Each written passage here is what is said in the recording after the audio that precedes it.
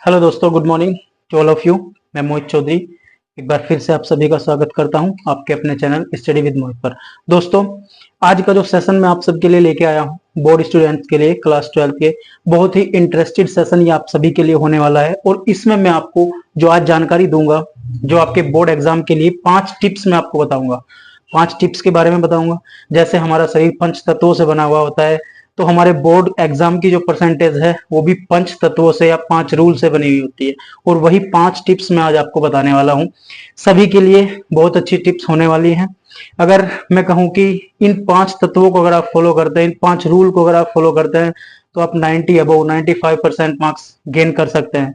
अब आप कहेंगे नहीं भैया जी, हमारे तो आज तक कभी 7% भी नहीं आए यार, तो 95% तो बहुत दूर की बात। जी हाँ, नहीं आए, लेकिन अब आएंगे। अगर आप मन में ये बना के रखते हो कि नहीं आए हैं, नहीं आएंगे, तो ये गलत है। आपको ये सोचना है कि नहीं आए हैं, 6 7 8 9 10 11 में मेरे नहीं आए हैं, लेकिन 12वीं का जो बोर्ड एग्जाम है ये मेरे लिए इतना इजी एग्जाम है कि मुझे इसमें 95% स्कोर करना ही है। अगर ये सोच के चलेंगे, दिन में आप 20 से 25 बार इस बात को अपने माइंड में रिगेन करेंगे, तो जरूर आप अपना स्कोर बेहतर कर सकते हैं। 90 अबव पक्का गेन करेंगे आप।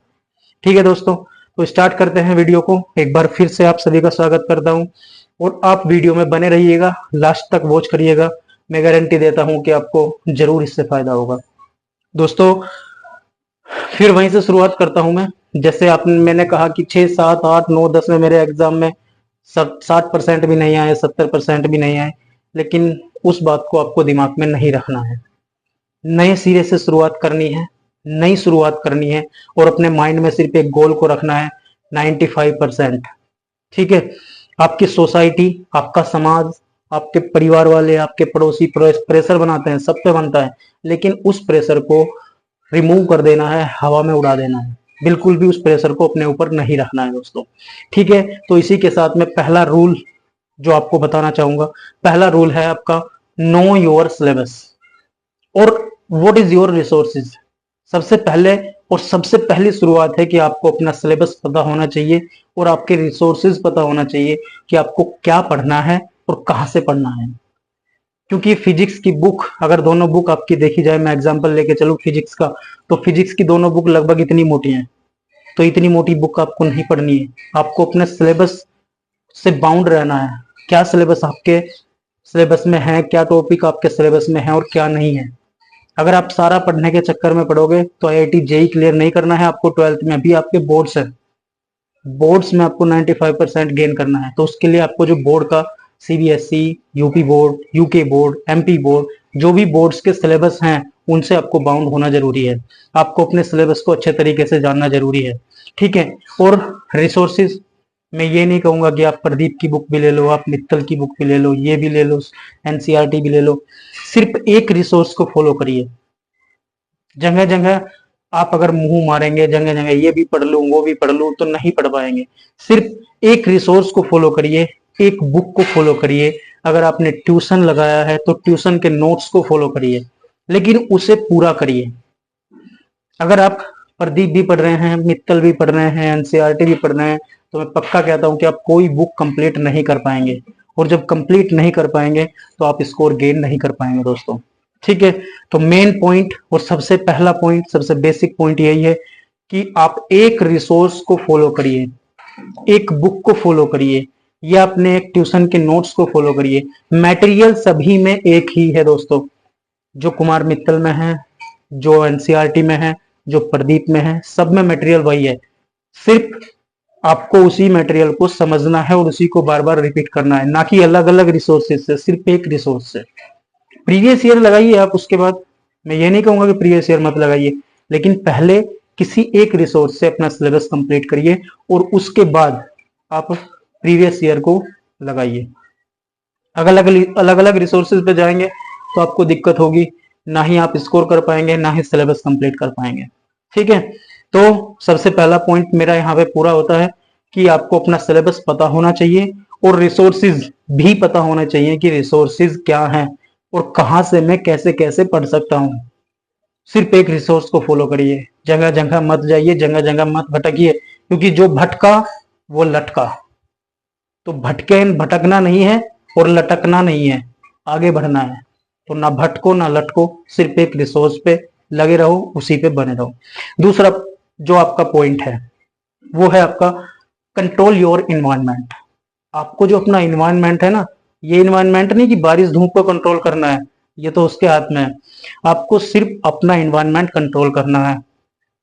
आपको किससे मिलना है, किसके पास जाना है, किससे बातें करनी है, किसके साथ अपना टाइम इंटेक्ट करना है, टाइम स्पेंड करना है, और वेस्ट टाइम किसके साथ करना है, ये भी पता होना चाहिए कि आप टाइम वेस्ट कर रहे हैं या उसे अप्लाई कर रहे हैं अपने आप पे। ठीक है, एक बात बताइए, आप दोस्त कहते हैं दोस्त हैं मेरे, ये हैं वो हैं, जिन दोस्तों से लगभग 4-5 महीने बाद, मार्च में आपके, फरवरी मार्च में आपका पेपर हो जाएंगे, मई में लगभग मई जून में रिजल्ट आ जाएगा, उसके बाद आपका इन दोस्तों से लगभग अगर किसी के 100 दोस्त हैं यहाँ पे 12th में, तो उनमें से 4 या 5 से मुश्किल से ही इंटरेक्शन आपका रहेगा। तो क्यों टाइम वेस्ट कर रहे हैं आप उनके पीछे फिर, कि नहीं मेरा दोस्त है, मेरी गर्लफ्रेंड है, मेरा यू है। पक्का बता रहा हूँ, 100 दोस्त है ना अभी आपके, तो 100 में से 4 या 5 दोस्तों से ही आपका इंटरेक्शन रहेगा बाद में। ठीक है, तो अपना टाइम वेस्ट मत करिए, अपने इन्वायरमेंट को कंट्रोल करिए। सबसे बड़ा डिस्ट्रैक्शन आपके जीवन में, आपके इस जीवन में, पढ़ाई वाले जीवन में, वो है आपका मोबाइल। इंस्टा पे टाइम दे दिया, फेसबुक पे टाइम दे दिया, गूगल सर्च ले लिया, यूट्यूब देख ली, तो इन सब को आपको कंट्रोल करना होगा। सिर्फ 4 से 5 महीने कंट्रोल करना होगा। अभी सितंबर चल रहा है, ठीक है, आज जब मैं वीडियो शूट कर रहा हूँ ये, तो 14 सितंबर हो चुकी है। तो अभी भी आपके पास लगभग 4 से 5, 4.5 महीने के लगभग हैं आपके पास, जो आप अपना इन 4 से 5 महीने खुद को कंट्रोल कर लीजिए। अपना हाथ थोड़ा सा टाइट कर लीजिए इंस्टा, फेसबुक और जितने भी सोशल मीडियाज की जो ये साइट्स हैं इनसे। अगर आप ये सब कंट्रोल करते हैं तो पक्का गारंटी है कि आप अपना स्कोर अच्छा कर पाएंगे। और अगर इंस्टा पे टाइम देते हैं तो फिर तो आप यही देख पाएंगे कि कितनी मेरी प्रोफाइल कितने ने विजिट करी है, कितना शेयर किया है और कितने लाइक मुझे मिले हैं। ये सब देखने की बजाय अगर आप अपने बुक्स को पढ़ें और उनमें देखें कि मेरे क्वेश्चन कितने हुए हैं, कितने नहीं हुए हैं और कितना बचा है, कितना मुझे करना है, तो वो आपके लिए बेस्ट होगा दोस्तों।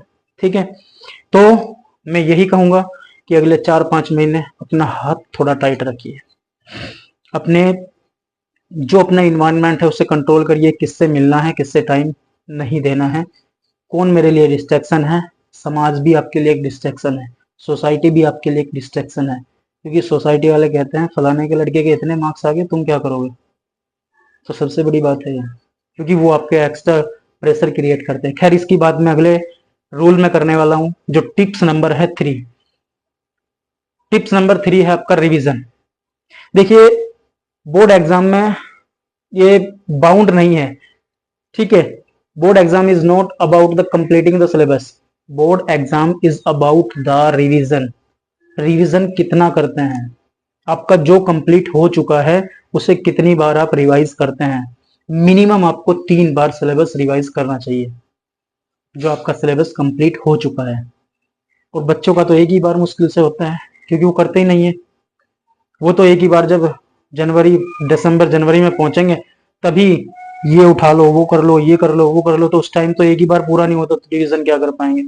तो अभी से आपके पास टाइम है, इस टाइम को यूटिलाइज करिए, वेस्ट मत करिए। मैं आपसे रिक्वेस्ट करता हूं और आपको सजेशन देता हूं कि इस टाइम को वेस्ट मत करिए, सिर्फ अपने सिलेबस पे और उसके रिवीजन पे ध्यान दीजिए। रिवीजन कैसे करेंगे, जो कंप्लीट हो चुका है उसका रिवीजन करिए किसी एक रिसोर्स से। बार बार मैं ये बात फिर से बोल रहा हूं कि किसी एक रिसोर्स से करिए, हर जगह मत जाइए कि यहां से भी पढ़ लूं, वहां से भी पढ़ लूं, वहां से भी पढ़ लूं, फिर आप कहीं से नहीं पढ़ पाएंगे। सिर्फ एक रिसोर्स को फॉलो करिए और उसी को कंट्रोल करिए और उसी पे अप्लाई करिए अपने आप को कि हाँ मुझे यही करना है, तभी आप रिवाइज कर पाएंगे। नहीं तो एक बार भी सिलेबस कंप्लीट नहीं कर पाएंगे, रिवाइज तो बहुत दूर की बात है।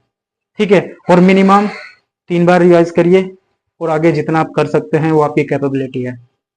ठीक है, रीड करो। आप सोने जाते हैं, सोने से पहले थोड़ा सा जो आपका आपने पूरे दिन में पढ़ा है 1-1.5 घंटे का टाइम दीजिए उसे, सिर्फ उसकी रीडिंग मार लीजिए, एक बार रीड करिए और सोने चले जाइए। सुबह उठ के फिर से रिवाइज कर लीजिएगा उसे। अगर आप जब आप सोते हैं तो अनकॉन्शियस माइंड जो आपका होता है, उस माइंड में ये बातें जो आप पढ़ के सोए हैं, सिर्फ रीडिंग करके सोए हैं, वो घूमती रहती हैं, वो चलती रहती हैं। ठीक है, तो जो गलत गलत सपन आते हैं ना, फिर वो भी नहीं आएंगे। सिर्फ यही आएगा, अगर आप फिजिक्स पढ़ के सोए हैं तो फिजिक्स ही आएगा आपके स्वप्न में, आपके ड्रीम में। ठीक है, नेक्स्ट जो आपका पॉइंट है वो है दोस्तों, you needs to be super positive.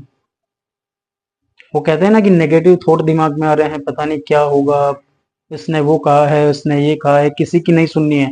आपको सुपर पॉजिटिव होके चलना है, सुपर पॉजिटिव होना है। अपने आप को इतना मोटिवेट कर लीजिए कि मुझे फोड़ना है, मैं इस बार एग्जाम फोड़ूंगा, 95% फोड़ूंगा।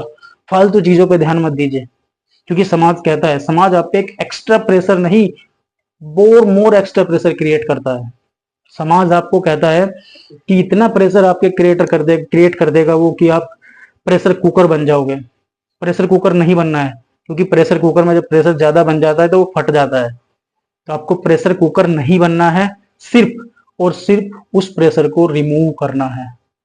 ठीक है, अगर प्रेशर रिमूव कर पाएंगे, सोसाइटी के प्रेशर को हटा देंगे, सोचना ही नहीं है। घर वाले भी कहेंगे, पड़ोसी भी कहते हैं, घर वाले भी कहेंगे कि फलाने के लड़के के इतने नंबर आए हैं, तेरे कितने आएंगे, या लड़की के इतने आए हैं, तेरे कितने आएंगे। हमें भी तो जवाब देना है। उनके जवाब की, उनके आंसर की सोचना बाद में, पहले अपने क्वेश्चन आंसर की सोच लो। अपने क्वेश्चन आंसर की सोचोगे तो कंप्लीटली अच्छा कर पाओगे। और अगर उनके क्वेश्चन आंसर की सोचोगे कि समाज क्या कहेगा, वो क्या कहेगा, फलाना क्या कहेगा, ढमकाना क्या कहेगा, तो कुछ नहीं कर पाओगे। तो चौथा पॉइंट, प्रेशर कुकर नहीं बनना है। ठीक है, प्रेशर कुकर नहीं बनना है। सबका प्रेशर अपने अंदर गेन नहीं करना है, सबके प्रेशर को रिमूव करना है। कोई भी नेगेटिव थॉट अपने दिमाग में मत लाइए। जब भी आप नेगेटिव थॉट दिमाग में लाएंगे तो पक्का पता चलता है कि आपके जो माइंड है, आपके जो माइंड में वो बातें घूमती रहती हैं, और इतना प्रेशर आप गेन कर लेते हैं, ना ही आप पढ़ाई कर पाएंगे, ना ही कुछ तैयारी कर पाएंगे, और फिर एग्जाम में लड्डू ही मिलेगा। ठीक है दोस्तों, तो प्रेशर कुकर नहीं बनना है, सिर्फ आपको सिंपल पतीली ही बनना है, जिसमें भाप बाहर निकलती रहती है। इधर से सुनो और इधर से निकाल दो, तभी आप फॉलो कर पाएंगे। क्योंकि लोगों की सुनोगे तो लोग तो बहुत सारे ताने मारते हैं, सबको नहीं झेल पाओगे। तो इधर से सुनो और इधर से निकाल दो, तभी आप सक्सेस हो पाएंगे। अब है आपका लास्ट पॉइंट, फिफ्थ पॉइंट, और जो कि मोस्ट इंपोर्टेंट है लगभग अब तक का जो मैंने आपको बताया है, वो है हैंड राइटिंग। ये आपके लिए इतनी इंपॉर्टेंट है दोस्तों, आपकी हैंड राइटिंग क्लियर होनी चाहिए। मैं आपको ये नहीं कहूंगा कि अभी इस उम्र में आके या इस स्टेज पे आके आप ABCD कै ख ग घ ये लिखना शुरू कर दीजिए दोबारा से, नहीं, बिल्कुल नहीं कहूंगा। लेकिन अपनी हैंड राइटिंग पे थोड़ा सा ध्यान दीजिए। जब आप मटेरियल कॉपी में लिखते हैं, बोर्ड की कॉपी में, तो एग्जामिनर को वो ढूंढना ना पड़े, क्वेश्चन आपकी कॉपी में ढूंढना ना पड़े, उसे आगे ही सजा हुआ मिले वो, कि हाँ ये क्वेश्चन यहाँ है, इसका आंसर यहाँ है। अगर एग्जामिनर को ढूंढना पड़ा तो एग्जामिनर फिर घर का गुस्सा वहां निकालता है कॉपी पे। पता चला कोई एग्जामिनर अपनी वाइफ से लड़के आया है, या कोई लेडी टीचर अपने हस्बैंड से लड़के आई है, तो वहां का गुस्सा वो वहां उतारेगी फिर, या उतारेगा। ठीक है, अगर उसे क्वेश्चन का आंसर ढूंढना पड़ा और आगे ही मिल गया तो फिर गुस्सा आएगा ही नहीं उसे, वो फ्लुएंटली चेक करता रहेगा आपकी कॉपी को। ठीक है, तो राइटिंग को ऐसी रखिए जो आपको एग्जामिनर को क्वेश्चन का आंसर ढूंढना ना पड़े, उसे आगे ही मिल जाए वो आंसर। ठीक है, और ये सबसे बड़ा रीजन इसका क्या है, क्योंकि आप जब प्रैक्टिस करते हैं, ट्यूशन में लिखते हैं, तो रफ कॉपी में काम करते हैं, और रफ कॉपी में फ्लुएंटली लिखते चले जाते हैं। उसमें ये नहीं देखते कितना साफ लिख रहा हूँ, और दिमाग में रहती है यार रफ कॉपी में तो लिख रहा हूँ, लेकिन उसका एक गलत इफेक्ट आपकी हैंड राइटिंग पे पड़ता है। अगर आप ये सोचते हैं कि मैं रफ कॉपी में ही तो लिख रहा हूँ और जल्दी जल्दी लिख के खत्म कर दिया, तो इसका मतलब वो आपकी आदत बन जाती है।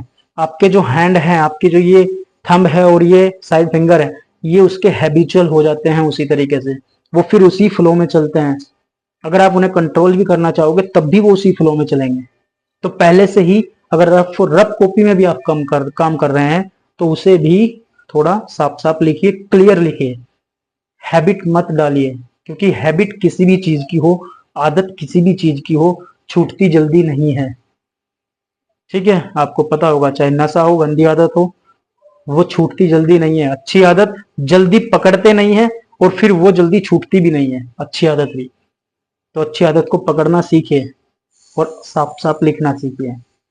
अगर आप ऐसा करते हैं, हैंड राइटिंग को अपनी सुधारते हैं, तो मिनिमम बता रहा हूं आपको, अगर आपका 80 नंबर का या 70 नंबर का पेपर है, इतने नंबर का एग्जाम है, तो 10 से 12 नंबर आप अपने हैंड राइटिंग से गेन कर सकते हैं। पक्का गेन कर सकते हैं दोस्तों। तो हैंड राइटिंग को सुधारिए, ठीक है। अब लास्ट एक्स्ट्रा 5.5 तत्व आपके कंप्लीट हो चुके हैं।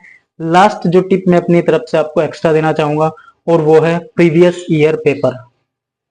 प्रीवियस ईयर पेपर जब आपका सिलेबस कंप्लीट हो जाए, उसका आप रिवीजन कर लें दोस्तों, तो फिर आप प्रीवियस ईयर पेपर्स को लगाइए। और प्रीवियस ईयर पेपर कंपाउंड मत खरीदिए कि पूरा सब्जेक्ट का एक खरीद लिया, चैप्टर वाइज खरीदिए और चैप्टर वाइज ही उसे लगाइए। अगर आप चैप्टर वाइज लगाते हैं तो फिर एक तो प्रेशर आप पे नहीं पड़ेगा, चैप्टर वाइज आपका सिलेबस कंप्लीट होता रहेगा, उसका रिवीजन होता रहेगा। प्रीवियस ईयर पेपर ज्यादा से ज्यादा 3 से 4 साल, 4 से 5 साल मैक्सिमम, जो पिछले 4 से 5 साल है उनके लिए लीजिए बस, ठीक है दोस्तों। इसी के साथ ये जो 5 टिप और एक एक्स्ट्रा छठी टिप मैंने आपको बताई है, अगर आप इन्हें फॉलो करते हैं तो पक्का दोस्तों मैं आपको गारंटी देता हूँ कि आप अच्छा स्कोर कर पाएंगे। और दोस्तों अगर आपको ये मेरी दी हुई इंफॉर्मेशन अच्छी लगी हो, कहीं भी आपको ऐसा लगा हो कि हाँ ये सब कुछ सच है, तो प्लीज वीडियो को लाइक करिएगा, अपने दोस्तों के ग्रुप में शेयर करिएगा और चैनल को सब्सक्राइब करिएगा और अपने दोस्त, अपने यार, अपने भाई मोहित चौधरी को सपोर्ट कीजिएगा। थैंक यू सो मच दोस्तों, thank you for watching, keep watching दोस्तों।